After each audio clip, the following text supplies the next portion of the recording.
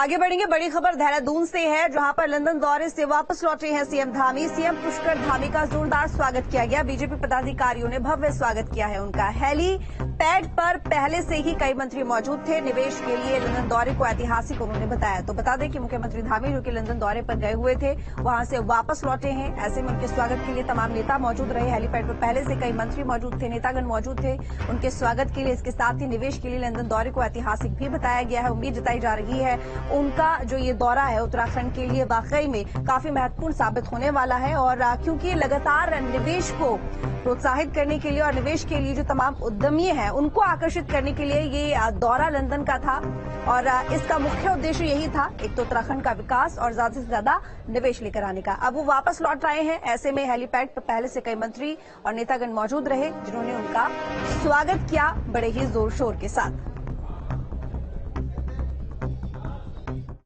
500 करोड़ के निवेश के करारों पर अभी साइन हुए हैं और इसके अलावा भी बहुत सारे बड़े समूह ने उत्तराखंड में काम करने की इच्छा प्रकट की है। उन्होंने अपना निवेश करने के हमको प्रस्ताव दिए हैं और हमको उम्मीद है कि अब ये काम जो इन्वेस्टर ग्लोबल समिट जो हमने जिसका काम प्रारंभ किया है, जो दिसंबर में होने वाली है, उसमें बड़ी मात्रा में निवेशक उत्तराखंड आने के लिए तैयार हैं और एक बड़ा निवेशकों का बड़ा वर्ग यहाँ पर निवेश करेगा और निवेश के जरिए जहाँ प्रदेश के अंदर उद्योग धंधे सेक्टर सर्विस सभी प्रकार के काम आगे बढ़ेंगे, वहीं हमारे यहाँ नौजवानों के लिए युवाओं के लिए रोजगार के भी बहुत बड़े अवसर सर्जित होने वाले हैं। निश्चित रूप से हमारे लिए ये सब उत्साहजनक है और प्रदेश की जनता के आशीर्वाद से हमारा प्रयास है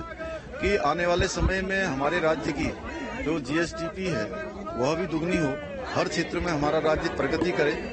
और पहले से भी अच्छे समूह यहाँ पर काम करते हैं, उन सभी समूहों के साथ मिलकर और जो अप्रवासी भारतीय अप्रवासी उत्तराखंड के लोग जो विदेशों में रहते हैं उन सब का भी हम आह्वान करते हैं। राज्य की धरती पर उतरेंगे तो उसका लाभ सबको मिलेगा और हम भी स्वागत करेंगे। मगर 2018 का इन्वेस्टर समिट और उसके जो परिणाम निकले वो राज्य के लिए नुकसानदायक दिखाई दे रहे हैं। आज राज्य के अंदर जगह जगह जमीनें बिक गई, गांव-गांव के अंदर रिजॉर्ट्स बन रहे हैं, स्पा, कैसीनो और मंथरा रिजॉर्ट संस्कृति, देह व्यापार की संस्कृति के लक्षण दिखाई दे रहे हैं। तो एक यहाँ के नागरिक होने के नाते मेरी चिंता स्वाभाविक है कि 2023 का इन्वेस्टर समिट होने जा रहा है, उसमें ये सावधानियां बरती जाएं। ग्लोबल इन्वेस्टर समिट को लेकर के धामी सरकार बहुत ही सधे हुए कदमों के साथ आगे बढ़ रही है। 4 दिन की लंदन यात्रा से लौटे मुख्यमंत्री पुष्कर सिंह धामी आत्मविश्वास से लबरेज दिख रहे हैं और लंदन में तकरीबन 5 से 6 करोड़ के निवेश का एमओयू साइन होने के बाद सरकार अब दूसरी विदेश यात्रा करेगी। अब मुख्यमंत्री का कहना है कि 2.5 लाख करोड़ का निवेश उत्तराखंड में करना है और ये जो इन्वेस्टर समिट है ये दिसंबर में प्रस्तावित है। और आंकड़ा बड़ा जरूर है, टारगेट बड़ा जरूर है, लेकिन मुख्यमंत्री का ये कहना है कि टारगेट लक्ष्य कितना भी बड़ा हो, लेकिन अगर उसे साधना के साथ किया जाता है तो उसको प्राप्त कर लिया जाता है। 2.5 लाख करोड़ के निवेश को यहाँ पर आमंत्रित करने में जुटी धामी सरकार अब ताइवान और सिंगापुर, दुबई और तमाम जगह जाएगी और अपने देश में जो निवेशक है उनके साथ भी बातचीत का क्रम जारी रखेगी। अभी तक कुल मिलाकर के 19 से 20 हजार करोड़ के बीच एमओयू साइन हो चुके हैं। यानी इतना तो निवेशकों ने वादा किया है कि उत्तराखंड आकर वो अपना निवेश करेंगे। इसमें चाहे रोपवे बनाने वाली विश्व स्तरीय कंपनी पोमा हो, चाहे महिंद्रा हो, चाहे दूसरी कंपनियां हो, वो सब उत्तराखंड में आने को उत्सुक दिख रही हैं। अपने सहयोगी कैमरामैन सोनी कुमार के साथ देहरादून से अजीत सिंह राठी। अजीत राठी लगातार हमारे साथ बने हुए ज्यादा जानकारी के साथ में। अजीत, क्योंकि मुख्यमंत्री पुष्कर सिंह धामी वापस लौट आए हैं लंदन से, उनके इस दौरे को ऐतिहासिक बताया जा रहा है, लेकिन आपसे जानना चाहूंगी दौरे को लेकर क्या कुछ जानकारी, कितना सफल रहा है। इसके साथ ही तमाम मंत्रीगण, नेतागण जब वो वापस लौटे हैं, हेलीपैड पर पहले से मौजूद रहे हैं, जोरदार तरीके से उनका स्वागत किया गया है, कितना सफल माना जाए उनके इस दौरे को? देखिए, मुख्यमंत्री अपनी टीम के साथ लंदन गए थे। 4 से 5 दिन उन्होंने वहां पर बिताए हैं, तो आज देहरादून लौटे हैं। तो देहरादून लौटने पर उनका बहुत ही भव्य स्वागत यहां पर रेस कोर्स में किया गया है। उनका हेलीकॉप्टर लैंड किया तो वहां पर पहले से ही तकरीबन आधी कैबिनेट और प्रदेश अध्यक्ष भाजपा और तमाम पदाधिकारी, महानगर अध्यक्ष, तमाम लोग वहां पर उनका स्वागत करने के लिए पहले से ही तैयार थे और उनका वाकई भव्य स्वागत किया गया है। कार्यकर्ताओं में जोश था और मुख्यमंत्री के लौटने के बाद ये स्वागत आज हुआ है। और ये एक महत्वपूर्ण यात्रा थी। तकरीबन 12,500 करोड़ के एमओयू साइन करके इंग्लैंड से वो अभी लौटे हैं, तो और अभी ये सिलसिला जारी है और फिर अभी आने वाले दिनों में कई विदेश यात्राएं होंगी। दिल्ली में फिर से एक कार्यक्रम होगा निवेशकों से बातचीत करने के लिए, उनके वहां निवेश को जुटाने की बात होगी, एक प्रयास होगा। तो मुख्यमंत्री आज लौटे हैं, तो आज लौटने के बाद अभी तक जो कुल मिलाकर जो एक योग बैठ रहा है 19,600 करोड़ रुपए के एमओयू साइन सरकार करवा चुकी है।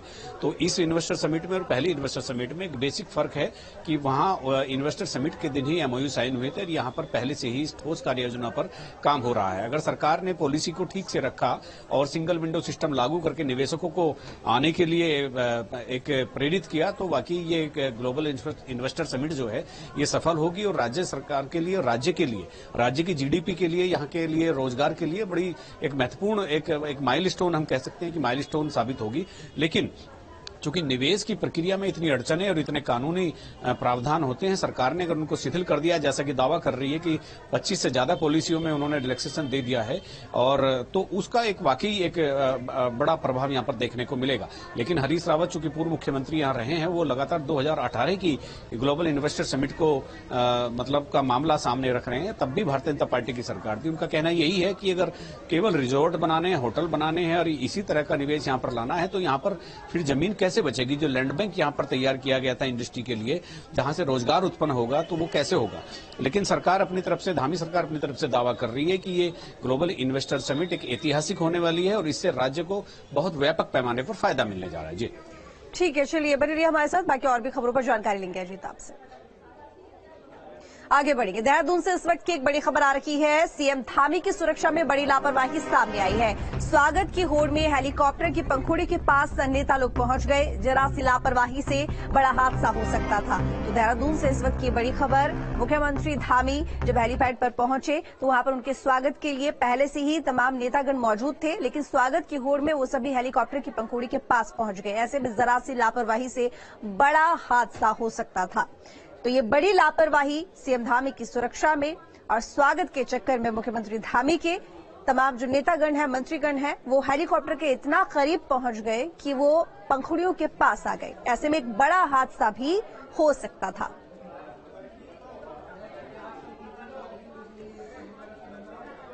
सीधा रुख करेंगे अजीत का। अजीत, देखिए मुख्यमंत्री धामी वापस लौटे हैं लंदन से। ऐसे में तमाम नेतागण, मंत्रीगण इतने खुश और इतने ज्यादा उत्साहित नजर आए कि उन्होंने ये भी ध्यान नहीं दिया कि वो हेलीकॉप्टर की पंखुड़ी के पास पहुंच गए। ऐसे में बड़ा हादसा हो सकता था और एक बड़ी लापरवाही है ये।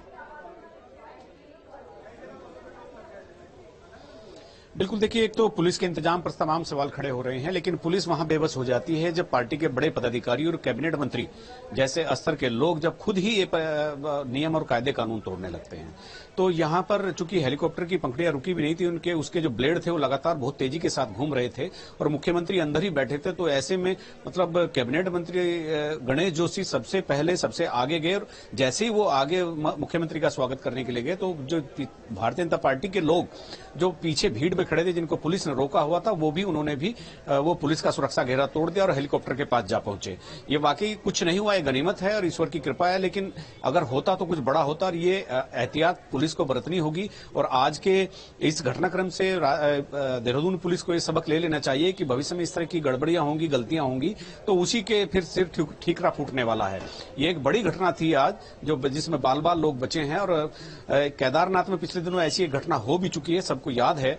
कि वहां पर एक वित्त नियंत्रक थे इनके नागरिक उड्डयन विभाग के, तो उन्हीं की डेथ हो गई थी पंखुड़ियों से कटने के बाद। ऐसे हादसे तमाम होते रहते हैं। फिर भी अगर बड़े लोग जिनकी जिम्मेदारी है कानून का पालन करना और कानून पालन करने के लिए लोगों को प्रेरित करना, अगर वही आगे जाएंगे और वही ऐसी गलतियां करेंगे तो फिर दुर्घटना संभावित रहेगी। जी चलिए ठीक है, बने रहिए हमारे साथ अजीत। आगे और भी खबरों पर जानकारी लेंगे आपसे। आगे बढ़ेंगे। केदारनाथ मंदिर में सोने की परत का